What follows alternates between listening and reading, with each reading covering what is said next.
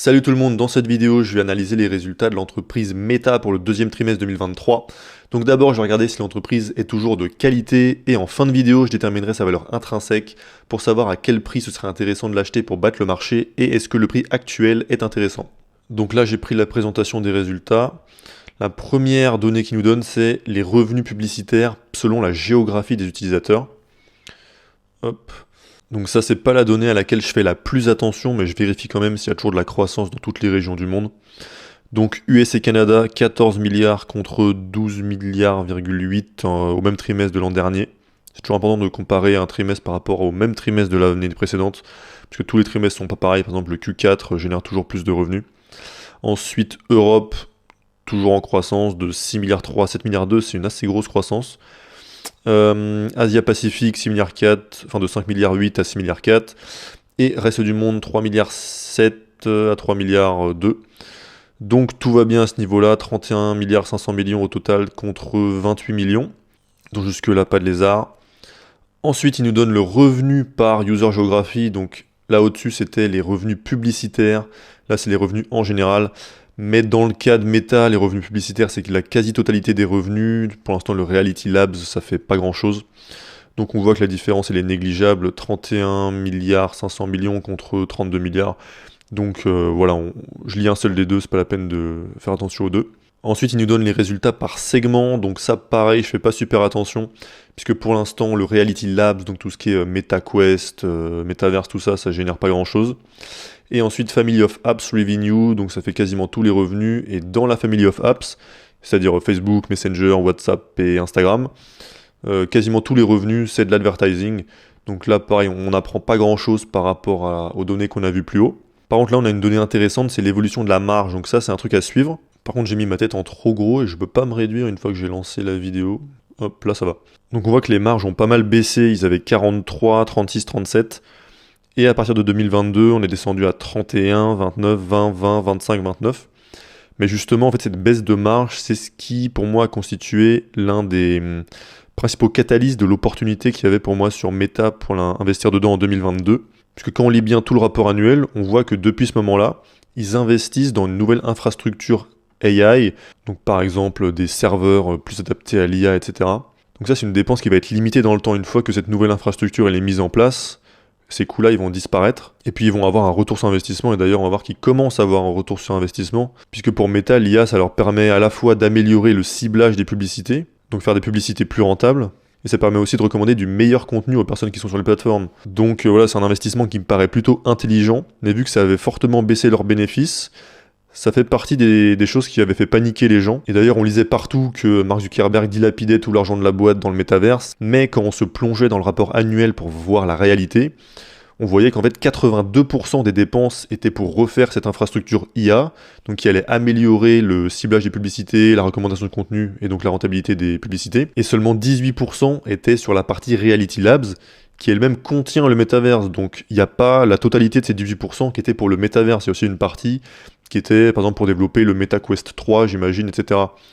Donc voilà, il y avait une énorme différence entre la réalité et la perception extérieure, et c'est le genre de choses qui créent des belles opportunités. Donc là, ils sont toujours en train de mettre en place cette infrastructure, donc les marges sont pas remontées au même niveau qu'avant, mais je pense que ce qui explique cette hausse du cours, ça peut être qu'il y a quand même eu une belle remontée, on est passé de 20 à 25 à 29. Ensuite, dépenses en pourcentage du revenu, donc ça c'est intéressant à regarder pour voir est-ce qu'il y a un poste de dépense qui explose ou pas dans l'entreprise. Donc en l'occurrence on a le cost of revenue, donc ça c'est le coût de créer des revenus. Donc sur des exemples un peu plus intuitifs, par exemple une entreprise qui vend des chemises, bah, c'est le coût du tissu par exemple et ce genre de choses. Donc là on voit que c'est 19%, donc c'est plutôt en baisse, donc c'est bien.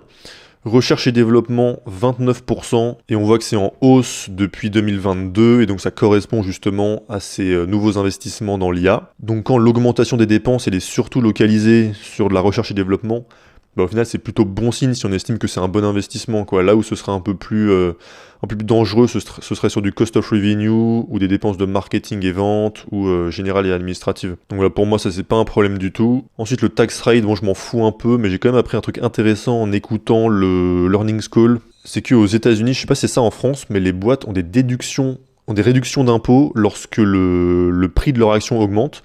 Et c'est ce qui fait qu'ils ont seulement 16% de taxes cette année, alors qu'ils avaient Q4 2022, quand le cours était au plus bas, ils étaient à 24%. Donc je trouve ça assez étonnant comme principe, mais du coup tant mieux. Ensuite le net income, bon comme ça tout seul, ça nous donne pas beaucoup d'informations. Bon, on voit qu'il est en belle hausse par rapport au Q2 2022. Ça pareil, les bénéfices par action comme information isolée, ça nous aide pas beaucoup.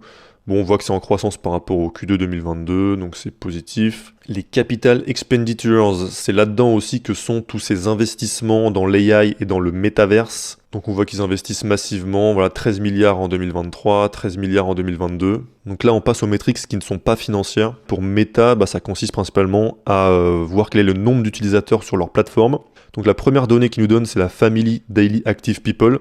Donc ça, c'est le nombre d'utilisateurs actifs par jour sur l'ensemble des applications. Donc je rappelle, c'est Facebook, Instagram, WhatsApp et Messenger. Donc ça, c'est important de regarder que ce soit toujours en croissance, même si quand on a 3 milliards 70 millions d'utilisateurs actifs, il faut s'attendre à ce qu'à un moment donné, il y ait une stagnation totale, puisque c'est déjà à peu près la moitié de la population, un petit peu moins. Mais pour l'instant, c'est pas le cas, ils ont toujours une belle croissance, donc 50 millions d'utilisateurs en plus depuis le trimestre dernier. Ensuite, la même donnée, mais pas journalière, mais mensuelle. Donc là, c'est pareil, il faut vérifier que c'est toujours en croissance, et c'est bien le cas. Il y a eu un petit ralentissement Q1, Q2 2022, et puis c'est reparti à des niveaux de croissance plus élevés. Ensuite, ils nous donnent le revenu moyen par personne. Donc ça, c'est utile pour savoir est-ce qu'ils arrivent à de mieux en mieux monétiser chaque utilisateur de leur plateforme. Et on voit que c'est le cas, puisqu'au même trimestre de l'année dernière, c'était 7,91$ par utilisateur, et maintenant c'est 8,32$. Donc on continue. Maintenant, c'est les utilisateurs actifs chaque jour sur Facebook uniquement, puisque c'est leur plateforme principale. Et ça, c'est intéressant, puisque justement, quand il y avait eu le gros crack sur l'action Meta l'année dernière, l'une des raisons, la première jambe de baisse, il me semble, ouais, c'est à fin 2021, donc la première jambe de baisse, qu'il a fait passer, je crois, de 360 à 240, un truc comme ça, c'était juste parce qu'il y a eu pour la première fois de l'histoire une baisse du nombre d'utilisateurs sur Facebook. Et là, tous les articles, c'était Facebook est terminé, il commence à décroître, etc. Donc c'est là que j'avais commencé à rentrer, du coup que j'avais acheté ma première position. Parce que là, il faut bien se dire que c'est 1 milliard 930 millions, et on passe à 1 milliard 929 millions. Donc c'est une régression qui est vraiment minime, et en plus j'avais trouvé la valeur précise quelque part, donc je me souviens plus, mais vu que c'est un arrondi, en réalité c'était moins de 1 million. Donc totalement négligeable à mon avis. Et qu'est-ce qu'on remarque par la suite? Il passe de 1 milliard 929 millions à 1 milliard 960 millions, 68, 84, il passe la barre des 2 milliards, 2 milliards 37 millions, 2 milliards 64 millions. Donc ça c'est un bon exemple comme quoi il faut faire super attention aux news. Et justement quand on commence à avoir des news hyper catastrophistes, c'est là où je me dis il faut absolument que j'aille creuser parce qu'il y a des grandes chances pour qu'il y ait des réactions émotionnelles à l'excès qui créent du coup des bonnes opportunités puisqu'elles ne sont pas justifiées. Et là c'était le cas. En tout cas pour l'instant l'évolution du cours nous montre que c'est le cas, on verra à long terme. Et une autre donnée intéressante là qu'il nous donne, c'est le ratio entre utilisateurs actifs journaliers et utilisateurs actifs mensuels. Et on voit que ça augmente d'à peu près 1% par an, ce qui voudrait dire que les gens utilisent globalement de plus en plus fréquemment Facebook, contrairement à ce qu'on peut beaucoup entendre. Et c'est intéressant aussi de regarder par géographie. Donc on voit que c'est toujours en croissance aux US et Canada, donc c'est ça les utilisateurs qui leur apportent le plus d'argent. C'est aussi en croissance en Europe, enfin plutôt en stagnation en Europe on va dire, et croissance Asie-Pacifique, croissance reste du monde. Et en plus Asie-Pacifique et reste du monde, c'est là où il y a le plus d'utilisateurs, et c'est aussi les pays qui ont le plus de croissance aujourd'hui. Donc le potentiel de hausse de revenus là qui est contenu dans ces 1 milliard 300 millions d'utilisateurs, 1 milliard 400 millions plutôt, il est hyper important. Ensuite les utilisateurs actifs mensuels sur Facebook, on voit le même phénomène, une petite baisse de 2 millions sur 2 milliards 936 millions. Début 2022, et ensuite c'est reparti sur une hausse, 2 milliards 958 millions, et on a passé les 3 milliards d'utilisateurs actifs mensuellement sur Facebook, avec toujours une croissance dans toutes les régions du monde, sauf en Europe, on voit quand même une petite décroissance depuis 2021, mais une stagnation depuis 2022. D'ailleurs, je me demande, est-ce que c'est pas lié à la Russie? Puisque je crois que Facebook, au début de la guerre, avait été coupé en Russie, donc là, cette baisse, ça pourrait peut-être correspondre. Faudrait vérifier. Ensuite, le revenu moyen par utilisateur sur Facebook, par géographie. Donc on voit qu'il est toujours en hausse dans le monde entier, donc de 10,63 enfin de 9,82 à 10,63. US et Canada, on voit que c'est largement la population qui rapporte le plus d'argent par utilisateur, toujours en croissance. Europe, même s'ils ont perdu un petit peu d'utilisateurs, chaque utilisateur rapporte plus qu'auparavant. Et on remarque que les zones Asie-Pacifique et reste du monde rapportent pour l'instant très peu, mais c'est en croissance et du coup la marge de progression est très élevée de ce côté-là. Donc c'est positif pour le long terme de cette entreprise. Et ensuite le free cash flow, donc je rappelle que le free cash flow c'est plus important que le bénéfice, puisque le bénéfice il peut y avoir des techniques comptables qui permettent de le manipuler en quelque sorte, alors que le free cash flow c'est vraiment le pur cash, enfin voilà l'argent réel dont l'entreprise dispose. Et donc c'est quand on prend le revenu moins toutes les dépenses, il reste ce free cash flow. Et c'est ce free cash flow qui peut être réinvesti dans l'entreprise pour générer de la croissance future, ou pour acheter d'autres entreprises, ou pour rembourser de la dette, ou pour racheter leurs propres actions, ou pour verser des dividendes. Et on voit qu'il a plus que doublé par rapport au deuxième trimestre de l'an dernier, et qu'il est aussi plus élevé que le deuxième trimestre 2021, là où ils n'avaient pas encore commencé leurs gros investissements, il me semble, dans l'IA et dans le Reality Labs. Donc c'est une très bonne nouvelle, et ça doit être d'ailleurs en grande partie ça aussi qui a causé la hausse du cours qu'on a vu ces derniers jours. Avant de passer à l'analyse de la qualité et la valorisation, je vais aller regarder un peu les chiffres de croissance précis pour avoir une idée. Donc pour le revenu, on voit qu'ils ont fait 32 milliards sur un trimestre, soit une croissance de 11% par rapport au même trimestre de l'an dernier. Et d'ailleurs c'est intéressant aussi de regarder ce qu'ils nous disent juste après, donc c'est une augmentation de 12% à devise constante. Donc en ignorant les variations de cours par rapport au dollar. Donc là, bon, 11-12%, on s'en fout, c'est négligeable, mais ce qui était intéressant l'an dernier, c'était qu'ils avaient une petite décroissance qui avait fait paniquer les gens. Mais quand on lisait cette ligne, on voyait que si le dollar pendant cette période-là n'avait pas autant surperformé les autres devises, en fait ils auraient eu de la croissance. Sauf que ce chiffre de croissance à devise constante, il faut vraiment aller le chercher quoi. Et la plupart du temps il sert pas à grand chose, mais dans des situations particulières comme l'an dernier où à un moment donné le dollar a vraiment explosé face aux autres devises, et où une boîte comme ça se retrouve avec une petite décroissance, ça peut être justement la variation de devise qui fait la différence. Et donc au final on se dit bon, si la décroissance est due uniquement à une variation de devise, mais pas au business, c'est pas forcément ultra pertinent. Et autre information intéressante ici, c'est les rachats d'actions. Donc les rachats d'actions, c'est une manière de nous rémunérer, nous les actionnaires. Donc si vous possédez par exemple 1% de la boîte, l'entreprise rachète ses propres actions, vous possédez maintenant 1,1% de la boîte, 1,2% de la boîte. Et si l'entreprise rachète ses propres actions à un prix intéressant, c'est comme quand un particulier investit à un bon prix, il aura une bonne performance sur cet investissement. Donc Meta, ils avaient commencé les rachats d'actions quand l'entreprise était, je crois, dans les $300. Après, ils les avaient intensifiés quand l'entreprise était vraiment pas chère. Et là, on voit que sur le deuxième trimestre 2023, ils ont dépensé 793 millions de dollars pour racheter leurs actions. Donc ça, c'est pas beaucoup, donc j'ai l'impression qu'ils ont ralenti, ce qui est peut-être une bonne chose vu que maintenant l'action est revenue à un cours plutôt élevé, je pense. Et on voit qu'il leur reste 41 milliards autorisés pour des rachats d'actions, donc à voir ce qu'ils en font. Faut juste espérer qu'ils les utilisent quand il y a des corrections ou ce genre de choses. Donc maintenant, on va passer à mes critères d'analyse de qualité pour voir si Meta est ou est toujours une boîte de qualité. Donc d'abord, je veux qu'il y ait de la croissance, donc pas une croissance énorme, mais au moins 10% par an.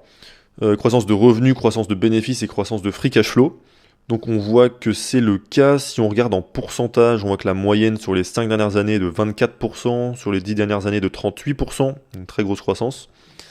Sur l'année dernière, on voit que c'est moins 1%, mais justement c'est ce dont je parlais.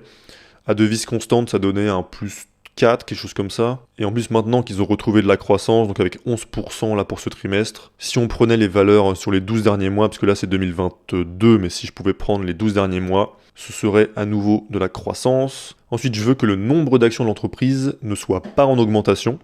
Donc Meta a racheté sur les 5 dernières années 8,59% de ses actions. Et il y a un site qui permet de très bien visualiser les rachats d'actions, c'est MacroTrend Meta Shares Outstanding. Hop. Voilà, là on voit le nombre d'actions chaque année, enfin chaque trimestre. Donc les barres vertes, c'est les trimestres où l'entreprise a émis des nouvelles actions, donc les actionnaires se sont fait diluer. Et quand c'est en rouge, c'est quand l'entreprise a racheté des actions, donc quand notre part qu'on possède de l'entreprise augmente. Et encore une fois, en 2022, on a eu le droit à des tonnes d'articles comme quoi Zuckerberg fait n'importe quoi avec l'argent, rachète des tonnes d'actions trop chères.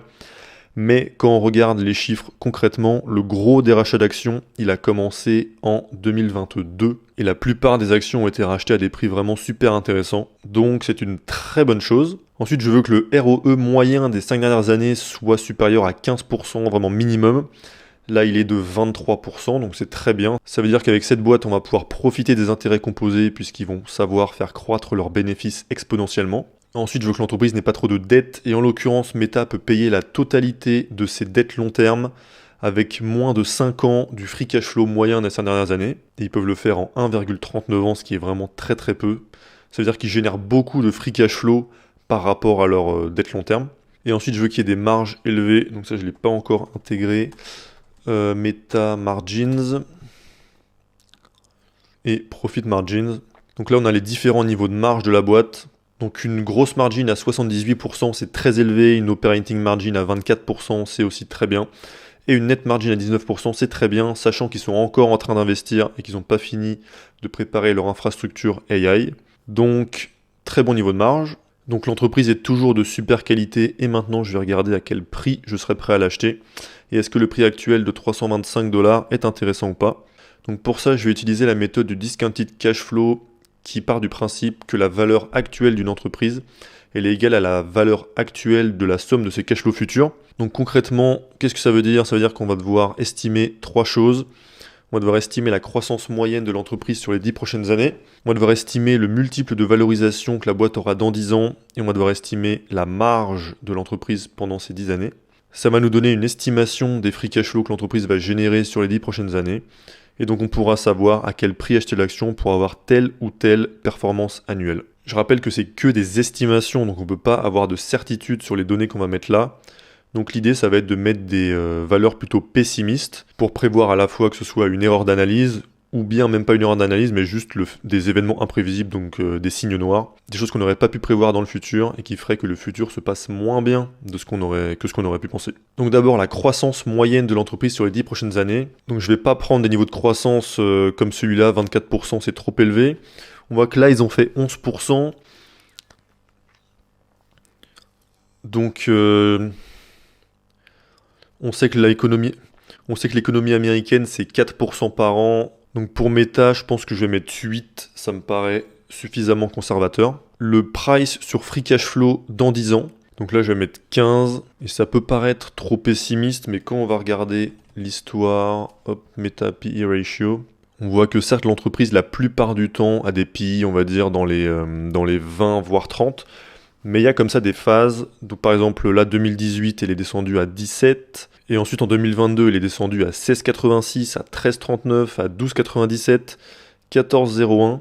Donc voilà, ce genre de multiples de valorisation, même pour une boîte comme ça, c'est des choses qui peuvent arriver. Donc je préfère mettre un truc assez conservateur comme 15. Ensuite, on va estimer la marge du free cash flow sur les 10 prochaines années. Donc je vais pas me fier pareil à l'an dernier puisqu'ils sont en train d'investir et c'est des investissements qui vont pas durer éternellement. Donc je vais me mettre au-dessus des 16%.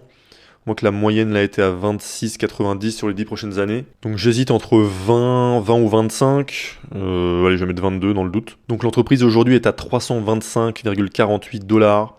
Si ces estimations se révèlent être vraies, et donc si ces événements-là se produisent vraiment dans le futur, alors on obtiendrait 10% par an de performance en investissant à 204 $. Donc on en est bien loin aujourd'hui, donc je ne serais pas prêt à racheter l'entreprise aujourd'hui. Pour que ça nous donne le prix actuel, il faudrait mettre des trucs un peu plus optimistes.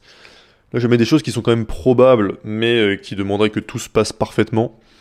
Donc 10% de croissance en moyenne sur les 10 prochaines années, un PI de 20 dans 10 ans et 25% de free cash flow margin pendant toutes ces années. C'est pile ce qu'il faudrait en achetant l'action aujourd'hui pour avoir une performance égale à celle d'un ETF, c'est-à-dire 10% par an. Sauf que si on fait l'effort de faire nos propres analyses, de choisir nos propres actions, c'est pas pour avoir juste la performance d'un ETF. Donc aujourd'hui, ça me paraît pas une bonne affaire d'acheter Meta à ce prix-là, parce qu'on a trop de risques en fait d'avoir une performance insatisfaisante. Donc moi, pour en racheter aujourd'hui, j'attendrais plutôt que ça descende sous les 200 $. Donc c'est pas sûr que ça se reproduise un jour, donc peut-être que je rachèterai jamais d'actions. Mais je vais laisser courir mes gains. Moi j'en avais acheté, ma position elle est à 162 $ en moyenne. Donc là pour l'instant j'ai été multiplié par 2. Et les seules conditions dans lesquelles je revendrai, c'est soit si à un moment donné les fondamentaux sont plus bons du tout, et que je me dis que voilà ma thèse d'investissement n'est plus du tout valide, ou bien s'il y a une énorme hype sur l'action et qu'elle atteint des valorisations qui ont absolument aucun sens, comme on a pu le voir l'année dernière par exemple sur Tesla. Dans ce cas-là, je réfléchirais sûrement à vendre peut-être une partie de la position. Mais en dehors de ces deux cas-là, en fait, on court un plus gros risque en vendant une position gagnante, puisqu'il y a le risque de perdre une grosse partie de la performance. Donc pour l'instant, je n'y touche pas. Et si vous voulez vous aussi pouvoir calculer la valeur intrinsèque d'une entreprise comme on vient de le faire, je vous ai fait un Google Sheet que vous pouvez télécharger en cliquant sur le premier lien en description. Ce ne sera pas exactement celui-là, puisque celui-là est relié à une source de données et donc qui n'est pas partageable. Mais vous pourrez faire exactement la même chose. Et on se retrouve pour une prochaine vidéo. A plus!